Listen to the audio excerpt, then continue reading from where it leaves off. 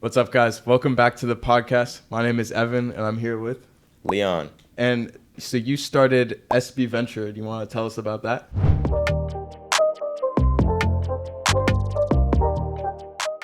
Well, for me personally, I'm a second year at UCSB, social major, but I'm not really into that. Mostly entrepreneurship, startup, stuff like that.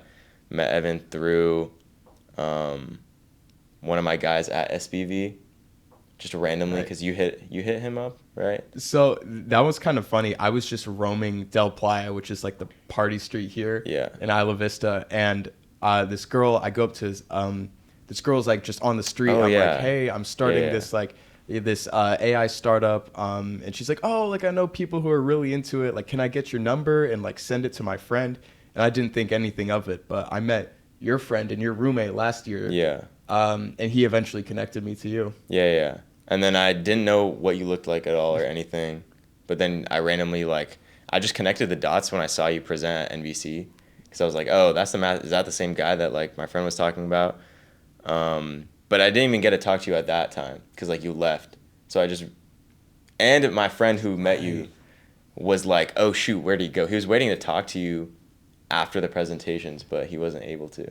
That's right, yeah, because I had to go up to Santa Cruz to talk to my developers right after. Yeah, so I had to, which is insane. I don't know how. Yeah, I had to stick a note on the wall that was like, here's my phone number, like let's connect. Yeah. So like just did what I could. And then just after that, just like met you the second time, and then after at Korea a couple times. Yeah, that's random because I didn't know you were in Manzi, which is like the dorm next to us at UCSB. And I just like saw you at the dining hall. I'm like, wait, I know that guy. Yeah. Okay. Good intro. Yeah, exactly. Yeah. You want me to look at the camera as a lot too, or just like anywhere? Whatever's natural. I mean. Okay. Just Sounds good. Normal conversational, whatever. Cool. But anyway, SBVenture. Yeah. I mean, that's kind of what the meat, right? Me, yeah. So I can just give the whole backstory for that. SBV was like my idea of solving the issue that I saw on campus last year. So for context, like I was a psych major for a quarter. I like grinded out psych. I loved psych since high school. And so I thought I was going to like do psychology and all of that. But then like after actually taking a couple classes, I was like, bro, what? It's all like STEM and math related stuff. I just did not enjoy it at all. And so I looked into like what's on campus for business,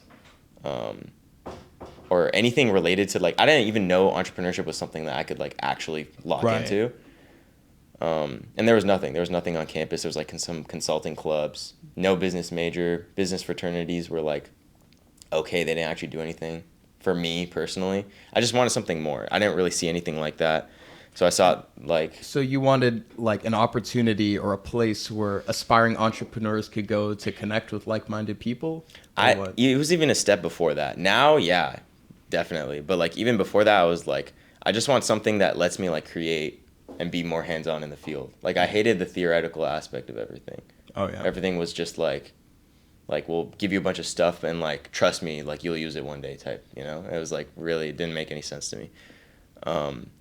And so yeah, there was nothing on campus that I liked, and so I went and just started talking to people that like I kind of looked up to, like people that I knew that were founders, like my parents who knew people who were founders, things like that. And so I talked to them about just like, what do I do? And they're like, dude, just start something.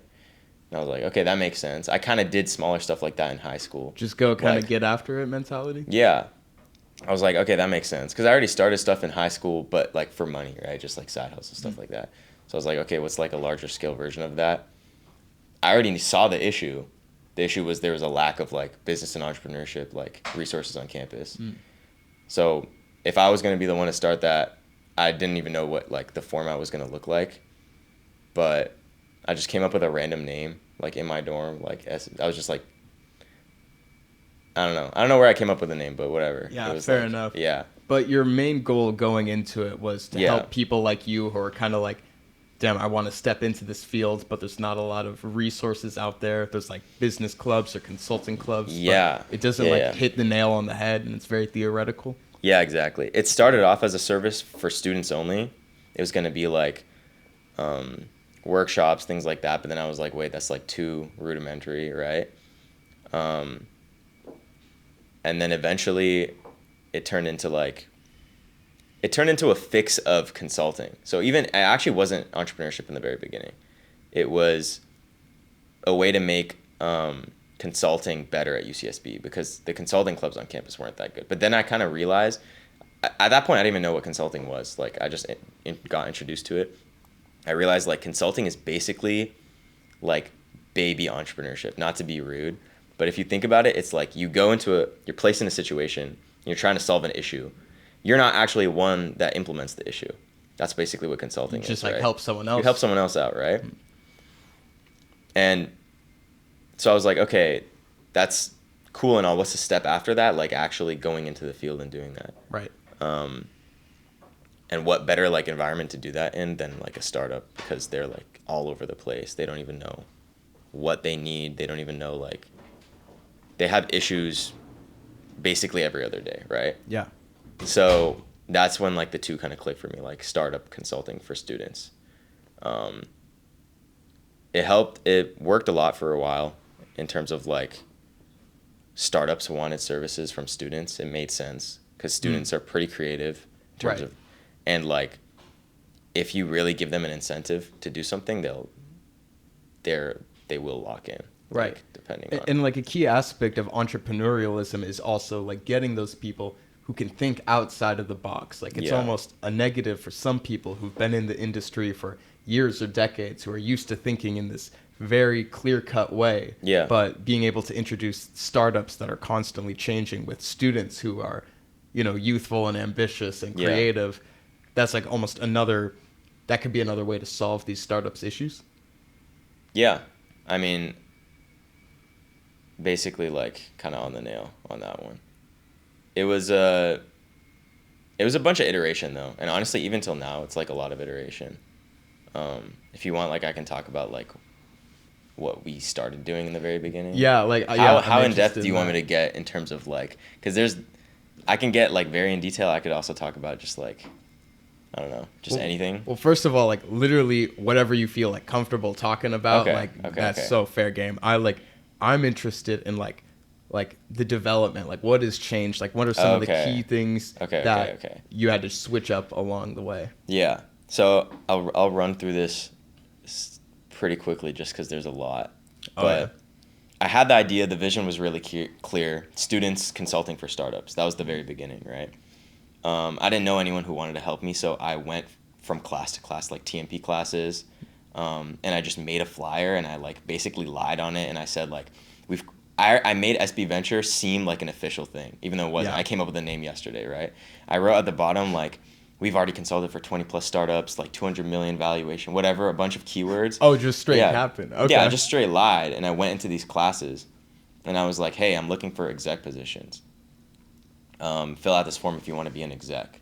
So I got like 30, 40 applicants, like, within a few days just from going from class to class. Wow. And when you say class to class, like, would you, like, just post these flyers or talk to the students? I just walked into the class, talked to the classes that I thought would be relevant, right? Like TMP marketing, TMP entrepreneurship, TMP, like, business analysis, whatever, these classes. And I just told the professor, like, hey, can I give a quick announcement on my organization, like, to these students? Some of them weren't so chill, but the ones that were, they just let me project the flyer on the screen, and then I could just talk about it for 5 minutes. And I just left the class. I did that, like, 3-4 times a day, every day, and I just got a bunch of good applicants. Wow. 3 or 4 times a day. Wow. Yeah, I mean, at that point, like, this is, like, early spring quarter. I dropped damn near all my classes at that point, because I was, like, the first 2 quarters I was, like, really fessed up with, like, I was fed up with, like, this academic side of everything, so I was just, like, it kind of made sense. But yeah, I went through all of them, interviewed a bunch of people. This sounds very cool, but, like, it ended up failing, by the way. So, like, this approach failed.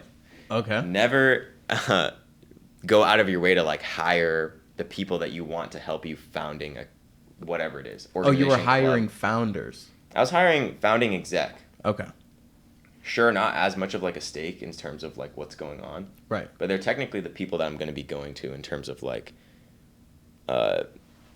decision making and like development of the whole club, right? So you want to have like good quality people helping you, and an application is not going to help you with that. So you almost like didn't have a strong foundation to build off of, so it ended up like toppling down. Or like you working on it and you had the vision, but like I had the vision, but you can't hire someone with the same vision. You can hire someone that has like skills, right? Very like easy to measure skills, but you can't. It's very hard to find someone like through an application that has the same vision as you. Right. Yeah. So I ended up, I mean, even through all of that, I ended up like hiring 5 execs. Of the 40 people? Of the 40 people, I did hire 5. Because I didn't learn that lesson at that point, by the way. So by then, like, I just needed people immediately. I found like. And real quick, this was like spring quarter last year? Spring quarter last year, yeah. Early spring quarter. I found them. This is like a few third years and fourth years. Huh. And like, I didn't want to tell them my age because they were going to be like, who is this guy? Yeah. Right?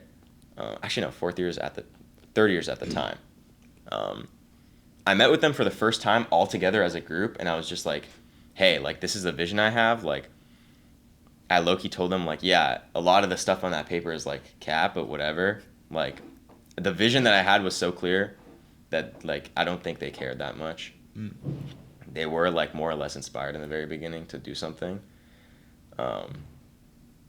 And so our first project was basically... At this point, I kind of knew how to develop something because of I talked to a lot of club founders, successful club founders, how they did their thing. Specifically, Bruin AI at UCLA. They helped me a lot with, like, just how do you start something from scratch. Because at that point, you wanted SBVenture to be, like, a club? Yeah, that's actually a good point. I, like, at that point, knew that I wanted to do, like, startups entrepreneurship, right? But I wasn't like, okay, I'm going to throw myself at something, right? Because you're usually not going to find, like, you're not going to find a good issue to solve if you're looking for for problems, right? Right. It's very, like, counterintuitive. So I was like, okay, I have this issue, which is the stuff on campus. I was going to treat SBV as a startup, basically. I was going to treat it as a startup, but develop it as a club. Because it's just because of the resources the campus had, you could only really start a club. You know, there's no build a business tools on campus, yeah, right? Exactly. So I treated it like a startup. Even in those early stages? Yeah, even in the early stages. Okay. Not well in the early stages, right? So this was, ironically, like, I'm treating it like a startup, but also a bunch of stuff failed like a startup normally would. Right. But I just kind of kept changing it each week. Like, so I wanted to touch on that, like, because you were like, it failed at the beginning. Like, don't do this approach. It failed. Yeah. Like, what was like your metric for this failed? Yeah. It depends on what, because a lot of things failed. Like, okay. A lot of team aspects failed. A lot of events that I thought would work failed. A lot of, like, projects for startups failed. A lot of, like, even getting clients or startups that work with me in the first place failed. And the way I know it failed is because, like, I did something else and it worked better. That's probably the only metric. And there's like, no, like, do you have an example of like something that failed? Yeah, so I mean, our first in the very beginning, I had this team. The way I had originally structured it out is like, hey, we're gonna help startups through, like, private consulting projects, small teams of students. Then the other version would be ideathons. Ideathons is something that, like, I randomly came up with, which is like, instead of consulting, you have, like, hundreds of students competing to solve an issue for that startup. So we were like, how are we going to start this project? We said, before we're going to, like, do traditional recruitment for a club and all that, which, again, is kind of counterintuitive, right? Like a startup. Right. Which, like, foreshadowing, we didn't do that. We don't have recruitment anymore. Ended up, like, not even working like that. But we thought at that time our first event was going to be, like, an ideathon over summer. Basically the giant competition. Okay. So you're no, like, currently, like, today SBVenture is not recruiting. No, like, we don't. We currently don't recruit. Okay. Even though I tried. So this is another mistake also. Oh, okay. I don't know like how I'm supposed to talk about the chronological order of all of this, but like it's impossible. Like I know, like even with my startup, like I don't know what happened when. I can like go through really quick and then you can kind of pick which ones are important, right? Yeah, sure. Did the Ideathon, got an NVC finalist to be our startup for it. They're like some biotech startup. The Ideathon itself went well. Lots of issues that we could have iterated, fixed for the next one. Figured out the team wasn't really well fit to be working on this. So let go some of the guys. Ended up with just me and 2 other people. That's when I realized like, oh, I didn't pick the right people, and that's because of my recruitment style.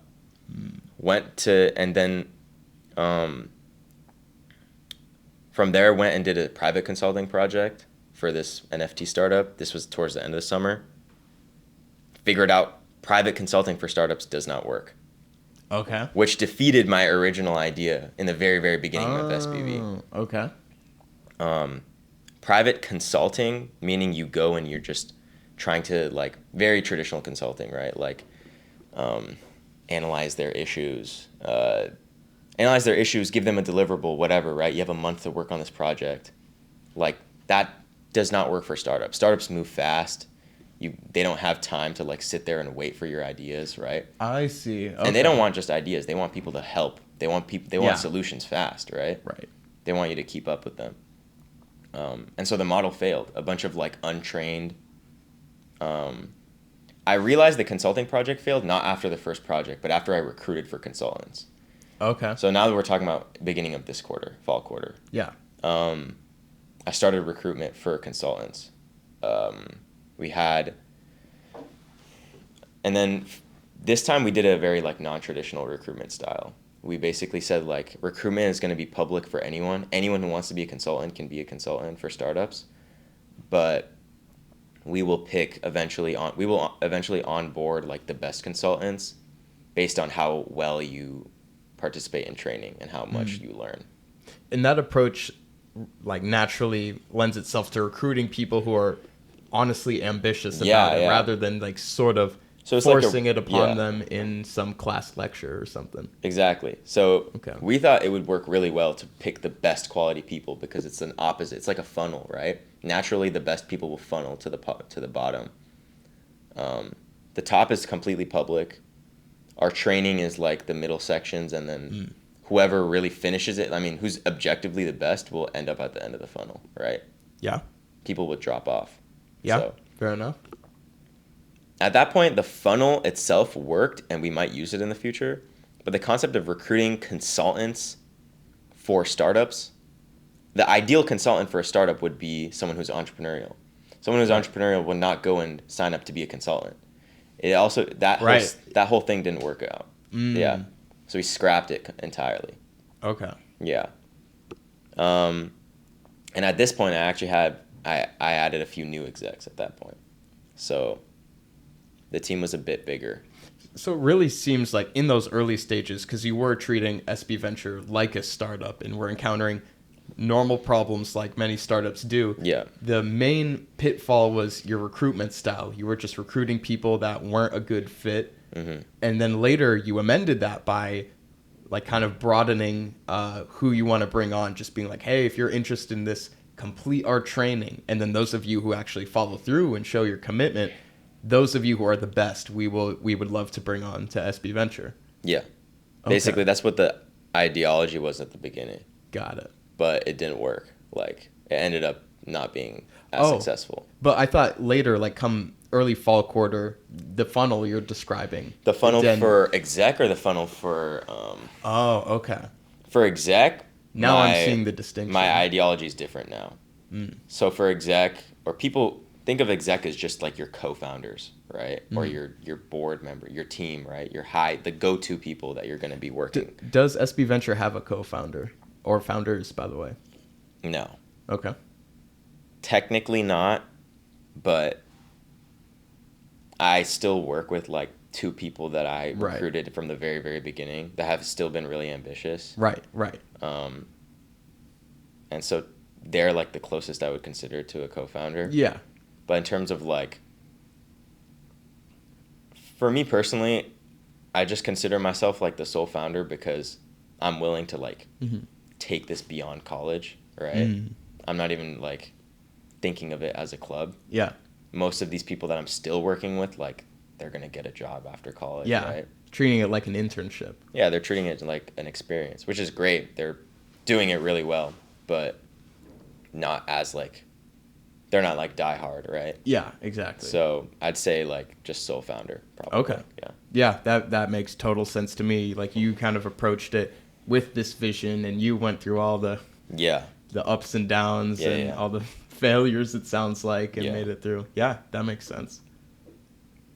So your ideology changed for exec, and then leading into present day, I mean, from what I've observed, it seems like we basically just, I mean, I kept analyzing what I've been doing and how it's been progressing, and I just keep doing different things, figure out what works, and like highlight what works, and then just scrap everything that hasn't worked. So Ideathons is a really, really good structure. Startups love Ideathons, and students love Ideathons, and that's kind of why our second Ideathon was really successful. Which you just had, right? Yeah, we just finished it. Nice. So our most recent one was with Liner AI. They're a search engine like for researchers and students. They were like one of the biggest people that we've worked with, or the biggest startups that we work with. They were like Series B, raised $40 million. And have something like 10 million active users. Yeah, they have 10 million like monthly active users. Wow. Yeah. So they're doing really good. Wow. And their US founder is actually like a UCSB alum, which is pretty cool. Oh, that's cool. Yeah. So we worked with them. We got like over 250 students to participate on this one. From a bunch of different schools too. Primarily UCSB, but we had people from like all over the states working on it. Wow. Okay. Yeah. I think the reason the model works is because like Ideathons works in consulting. They're like private consulting doesn't, is because like one, it checks the box in terms of like not all the solutions are going to be good, but a few are going to be really good, and those few are going to be the ones that the startups are really going to like. And then on the other end, like, students can just treat it as a competition. Right. There's no, like, I don't have to train you or recruit you, right? You participate for free. You either show that what you got or you don't, you know? Right. It's very, like, what you put in is directly what you get in return. Right, and there was a cash prize, too. Yeah, and they provided a cash prize. Yeah. And it's funny, I don't know if I told you this yet, but the winning team, Team IHOP, Kai is my partner for computer science. Oh, are you serious? So I was literally with him when you sent him, like, congratulations, you guys won. I was with him at the dining hall. He started jumping up and down. He's like, let's go. Like, are you serious? Like, this is going on the LinkedIn. Crazy. Like we won this. Kai is which one? He has twin, right? Yeah, he has an exact twin, which is so freaky. Yeah, okay. I was on call with him. I was like, why are there like two of you? Like exactly the same. That's funny. Where'd you meet him? Were you just like... We're both in a computer science class together. Okay. And just like, I don't know, I saw him at the dining hall once, and we were doing a group project for like a final. Okay. And we could have a partner. So I'm like, hey, Kai, you want to be my partner? Yeah. And he's like, sure. So we just like started talking more, and he's like, yo, I just like won this ideathon. I'm like, is that with SBVenture? He's like, yeah. I'm like, wait, like with Leon? He's like, yeah, dude, I just won it. I'm like, oh, that's awesome. Yeah, dude, his team was insane. Yeah. I think like this was really different from last year too. From our last ideathon. We had like really good consultants win. They were from a consulting club on campus. Wow. So their deck was really good quality. Everything was really good quality. One of our concerns was like, shoot, what if over time there's like stigma around the ideathon only being catered around like skilled, already cracked students, right? Right. Which like, then you're going to assume, oh, only people from like these consulting clubs on campus will win, right? Or something like that. That's like something we thought was going to be an issue. But when we saw like their team, which was incoming freshmen, like win, which by the way, like we had grades from their age all the way to like PhD students participate. Oh, wow. So it was a good rep for the future, because now at least we can, I mean, we know it's really just determined of like how much work you put in and how much you like the project, not like how skilled you are. So for this ideathon, which you did with Liner AI, which was the search engine, there were teams of 4. How many teams did you have? How many teams? Well, I don't know how many teams. I probably guessed like just whatever you would divide like 250 by 4. Okay, so that's... Well, the thing is, we had some individuals working by themselves, a couple groups of 2, few groups of 3, some groups of 4. Got it. So it's between 1 and 4. Got it. Yeah. So, yeah, give or take, that's like still over 60 teams. Yeah, like basically. Wow. Yeah. Okay, well, because, I didn't know it was through multiple schools, I mean, Kai's team killed it. I mean, they assembled an insane pitch deck. He was showing it to me. Yeah. Just incredibly detailed, did like a really survey. Good. Yeah. I know you were concerned about the stigma arising, like, oh, only really good consultants can participate and win these activities.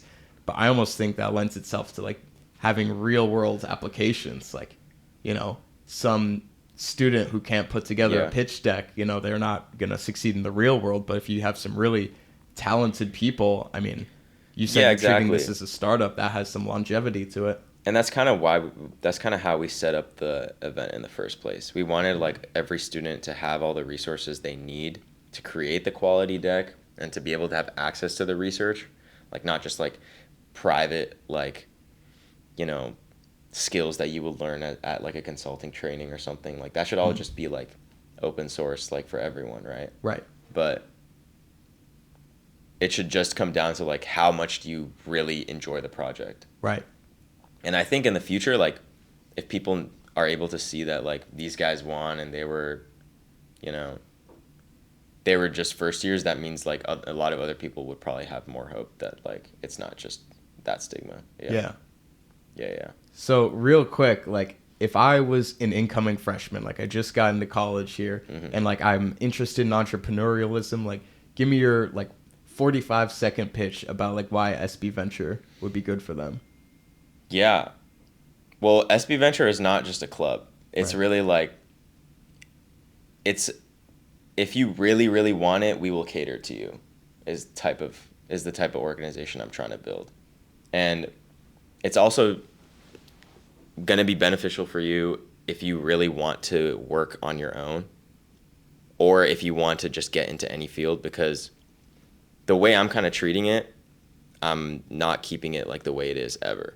So each month it'll probably change for the better. Each month our events will probably have larger startups you work with. We'll have larger cash prizes, more events. It'll never stay stagnant compared to like any other club that you join. Any other club that you will probably see is out there, have the same weekly meetings, the same training each quarter. But SBVenture will like you'll never see it be like that, basically. Do you think these students could remain a part of SBVenture even after they graduate? Oh, yeah. I mean, I don't know how that would look like right now. Right. Ideally, like, it'll be kind of a resource that you can use. I mean, if you think of it as a network, right? You participate a bit in college. You're in a few events, right? It's a network that you're going to be able to use, like, even beyond college. The startups that you've worked with, like the exec that you would meet at SBV, this is now like a network that you have permanently that you can use in the future as well. Gotcha. Yeah. That appealing to alumni is something that I think is very valuable, because when I went to, I'm affiliated with New Venture program, which is another venture capital organization here at UC Santa Barbara. And I recently gave my pitch to a whole bunch of mentors and tech executives for my startup, Raise Math. And one of the mentors who came up, who's still local here in Santa Barbara, he, like 30 some years ago, was in the New Venture program at Santa Barbara. Oh, really? 30 years ago? So, yeah, okay. However long he graduated. Who was he? Like, what was his name? I couldn't tell you. I'd have to look for his name, but he was like you can just tell me later, but because I'm interested to see what it was like 30 years ago. Yeah, I'll look for him. Because the director has changed since then. I know that for a fact. Which I'm sure it's improved since then. I wonder like how. That's interesting. Yeah. And it just shocked me. Like, wow, like this, this like group, like, yeah, it sticks with you for that many years and you still find value. Like you go in as, like a student and you're pitching, like, here's my idea. And then to come back all those years later and then be like, oh, now I want to help the students. Like, I just feel like that creates such a cohesive culture. Yeah. That was just something I think that's really cool. Yeah. Imagine like, I mean, the thing is with SBV is like, it's called SBV right now, but the way I want it to be is like not just SB. Like imagine every single campus has something like this. Imagine it wasn't even tied to an institution. Like you have to go to university to be able to access this. Like I don't see that being like the future of SBV at all. You might apply or appeal to like community college kids or something. Not even college at all. Just like any student. By student I mean just like anyone who's in the pre like set career phase of their life should be able to have an opportunity to like work with big startups and like show why they have good ideas. That's really cool. Yeah. That's really cool. Hopefully. We'll see where it goes. I think like next quarter we have a lot of stuff, a lot of really cool stuff coming. Can you talk about that, or is that still under wraps? It literally will be determined like today. Literally today, gotcha. Kind of, a bit of it. I can tell you about it later, but yeah, no probably worries. nothing that I don't want to make big claims yet. Oh no, yeah, that totally makes sense. I mean, even how far you've gone in just these last 6 months or so is very impressive. I appreciate it. Especially because I know fully well that, with startups, like there's all these things you don't expect that always comes up and you got to figure it out last minute. Yeah. It's like triple the amount of work to work with startups than like you have like, sure, I mean, Google would sound cool to come to your school, right? But I'm sure they come to every university and like do something, right? Like, yeah. They need the most like nitpicky fixes ever. They already have all their systems figured out. There's protocol for everything, managers for everything. Like, startups, it's like, who the hell knows? Yeah, exactly. And that's where all the fun is at. Yeah, so. Startups, you check in 2 weeks. 2 weeks later, it's a whole different company. Yeah, so, basically, exactly. It's just everything's changing. Yeah. And then finally, so for SBVenture, like, what are your next steps moving forward? Like, where do you want to bring this in the near future? So, obviously, keep developing like the core vision of it, which is connecting students and startups. Like, that's our main like vision, right? Doesn't have to be entrepreneurial students. It can be any student, but just show them startups, because startups will help you with anything. Even if you don't want to be a founder, like if you work at a startup, you'll be able to see like technical and non-technical skills that like no one will ever teach you ever. It's like, it's a crazy like work ethic. Even if you go into a corporate job after working for a startup, like you'll just, the skills there are crazy. So keep that vision of connecting students and startups. But for me personally, obviously I have like my own even bigger goals with like my own startups that I want to build. But I'm always going to be keeping SBV like with me at the same time, because any startup that I've kind of wanted to work with that's outside of SBV, it somehow connects with SBV. Yeah. And going back to what you were just saying about like, apart from connecting the students to startups, teaching those students like applicable skills. Like you said before you start, you're like, it's just like a bunch of bullshit. Like, oh, here's the consulting club that like teaches you this thing that you can put on your resume and maybe help you in the workforce. No, but SBVenture, and I actually have whole videos about this, about like doing work directly aligned with where you want to move is like the most powerful thing I believe you can do at this age. Yeah. And I think that's a cornerstone of SBVenture's philosophy. So I think that's really cool. That definitely stood out to me. It's a lot harder said than done, but I think like if done properly, it can really like have a really big impact on whoever kind of goes through that experience. Gotcha. Yeah. And this doesn't have to be set up, but any like dream startups or organizations you want to work with in the future? Obviously, since like my passion is entrepreneurship, I don't really see myself anywhere but starting my own company. But I have been thinking about it for a while, and ideally I want to get into like something very on theme to SBV, which is a large scale change in terms of like how students are going about, how students are educated. So if I was able to, like, in 10, 20 years, like, really be a big contributor in changing how education is done right now, then that's definitely, like, the course that I would want to go through. Yeah. Changing I don't know what that would look education like. is Or done. yeah, basically just not, like, eradicating the institution, even though that would be great, but creating, like, a really solid and, like, approachable pathway for students that isn't traditional education systems.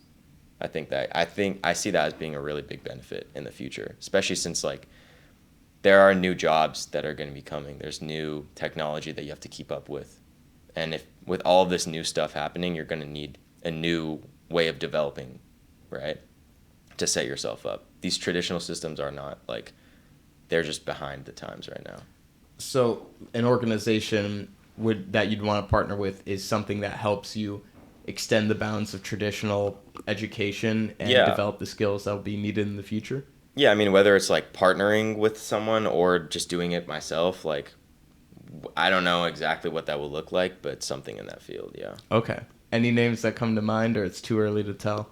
Oh, you mean, like, who's kind of already doing this? Like, 'Cause say you want to do an ideathon with Google or something, for example. Yeah. I mean, ideathons can ideally, like, just automatically be outputted. Like, imagine, like, I wouldn't even have to run ideathons anymore. A startup can sign up and sign up for an ideathon. Students can sign up, and this automatically happens each week or something. That would be cool. But even outside of ideathons, like, I mean, there's big names out there trying to do that vision that I'm talking about, this new education. Like, Khan Academy's kind of trying to do the same thing. There's a lot of, like, ed tech startups right now that are focused on that. A few of the other ones, like, there's this one called Brilliant that I ran into. What they do is, I don't know if you've heard of it, but yeah. You have? Oh yeah, Brilliant. I think I have it installed. Maybe. Oh, actually? That's the one where you can just learn whatever skill you want, right? Yeah, exactly. Yeah. Its original vision was, like, having a more solid form, a solid system of finding, like, the geniuses, right? Or, like, it's kind of like scouting really passionate people through another means that isn't school and, like, standardized tests. So, you know, they're very similar to exactly what I'm talking about, like, this new, just something different than what already exists. Yeah. That's one of the ones I'm thinking about. Huh. A few others, but... That's the main one? Or that you draw inspiration from? Yeah, I mean, in terms of drawing inspiration, like, I don't see a lot of people really focused on this issue right now because it seems a bit too, like, grandiose. I feel like a lot of people just like the current education system, I guess. Like, people just like it. And the very, very, very few, like, 1% who understand that it's not for them, they have to, like, go out of their way to, like, push the blocks and get out of it, right? It's not like... It's exactly where I'm at There's no door now. that you can just open and walk through and it's like, hey, here's your alternative. There's no, that doesn't exist. It's because it's like, I'm already 2 years into college. Like, I know, I've it's already risky. paid thousands of dollars. Yeah. Like, am I just going to say, screw it? Like, yeah. Like, no, I kind of have to finish what I started. Yeah. They're not going to tell you, like, hey, you can do whatever you want. But they're, like... But, yeah, financially and, like, the other responsibilities that you have, they kind of push you towards finishing that pathway, whether you like it or not. Yeah. Which is... I mean, I don't find that's not fair, Yeah. Doesn't make sense. And that sucks. That's exactly where I'm at. Like, I'm at a place, like, I'm balancing my YouTube channel, my startup, and all this other stuff in school. Exactly. And I'm like, shit, I have this test tomorrow. Like, do I want to study for this? Like, no, I have this other stuff I have to be doing. Like, yeah, exactly. Which do I want to prioritize? You have to sacrifice one for the other. You have to at the end of the day. Exactly. What's that sacrifice going to be? Yeah. I've just made that transition the last 3 months of my life, which I've told you about. Yeah. Like, how, if I want to pass my classes, good grades, great. Yeah. But at the end of the day, I have more important stuff I need to be doing than school right now. Yeah. As a math major, I'm learning about theoretical stuff all day. I'm exactly. am I going to use this ever again? Probably not. Yeah. But I do need the degree, so I'll give the bare minimum to make sure I'm passing. Yeah, exactly.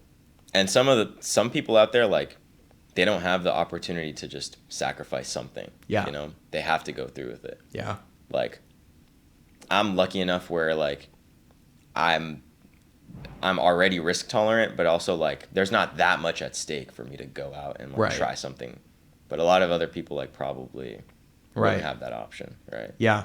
A lot of people, like, their future rides on this education. Yeah, exactly. But I think for the whatever % of people who are like, well, no, I kind of want to establish my own route in life. And I think it's a lot more people than what you would think are like that.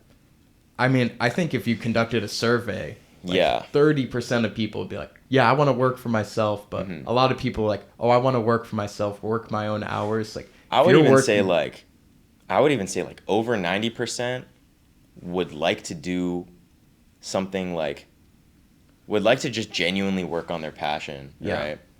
There's like stigma around entrepreneurship being like extremely hard and like horrible, right? As an experience, like for your well-being and all that, which is probably true. But within the theme of like not doing a traditional role, I'm sure a ton of people would like to. It's just like, what is it? It's just very unclear, right? Totally. Yeah. And then my last question, because I know you got to get going. Sure. The reason I do this is I want to tailor it so that people like-minded like us who are maybe in similar stages in life or later even, that want to develop their own thing in life, whatever that may be. It could be a business, a passion project, or whatever. You working at SBVenture, like what has been the number one strategy you've implemented that has led to the most success for you? Just like what has ended up working is not like focusing on planning too much. It's very easy to plan, but sometimes the best thing you can do is just execute and see what fails and what works, and then just take it as it is, delete what didn't work, and like expand on what worked, and then just keep repeating the cycle over and over again. That's a strategy that has worked with like basically everything. So when you say not planning, do you not plan? Obviously plan. Okay. But people have a tendency of over planning and hesitate to start something or like anything new. Try and go in over and over and see what the possible outcomes are. Right? This is a very like common thing that I've seen, even that I've done it myself a bunch of times. Then like sometimes I just stop and I'm like, okay, I already have the plan. Let me just do it and see what happens. And that gives me better info on like all those questions that I had before. So almost less thinking and more doing. Yeah, basically. Okay. Best way to put it. So have a bias towards action. Just if you have something that you want to build, like. Yeah, I mean, you're definitely saying it like in better words, but yeah. No, but I think what you're saying is super clear. Just, a lot of people, they get super heady and up in the clouds and like, oh, do I want to do this or that? And they're thinking and they're just stagnating themselves and they're not doing anything. Yeah. For the people who've watched my videos, I was there for like years, just like, what's the perfect way to execute this? Like, it's almost I know, for the perfectionists out there, they'll probably understand this. Like, just put your perfectionist side aside. Right. And, some people hear this as don't plan, but that's not at all what we're saying. Yeah. Like, you can plan, but I'm almost of the opinion, like, a pretty mediocre action is, like, better than the best thought. Yeah. If you don't do anything with it. Oh, yeah. Yeah. So at the end of the day, everyone's going to see the stuff you did, not the stuff you thought. It sounds simple, but... Imagine, like, planning for a month when in a month you could have had, like, 5 iterations done. Yeah. Yeah, absolutely. Exactly. All right, Leon. Well, thank you so much for coming on, man. This has been great. This has been sick. Yeah. And I'll link some SBVenture stuff down in the description if you'd like. That'd be super sick. But anyways, guys, thank you so much for watching. It was great having Leon on. Thank you again for coming on here. Yeah. This is a good time. And if you guys found anything interesting that he or I said, just leave a comment down below and maybe leave a like. That also helps. This is always my plug at the end of the videos. That's fire. Anyways, thank you so much for watching again. Hit subscribe if you want to see more, and I'll see you guys next time. See ya. Peace.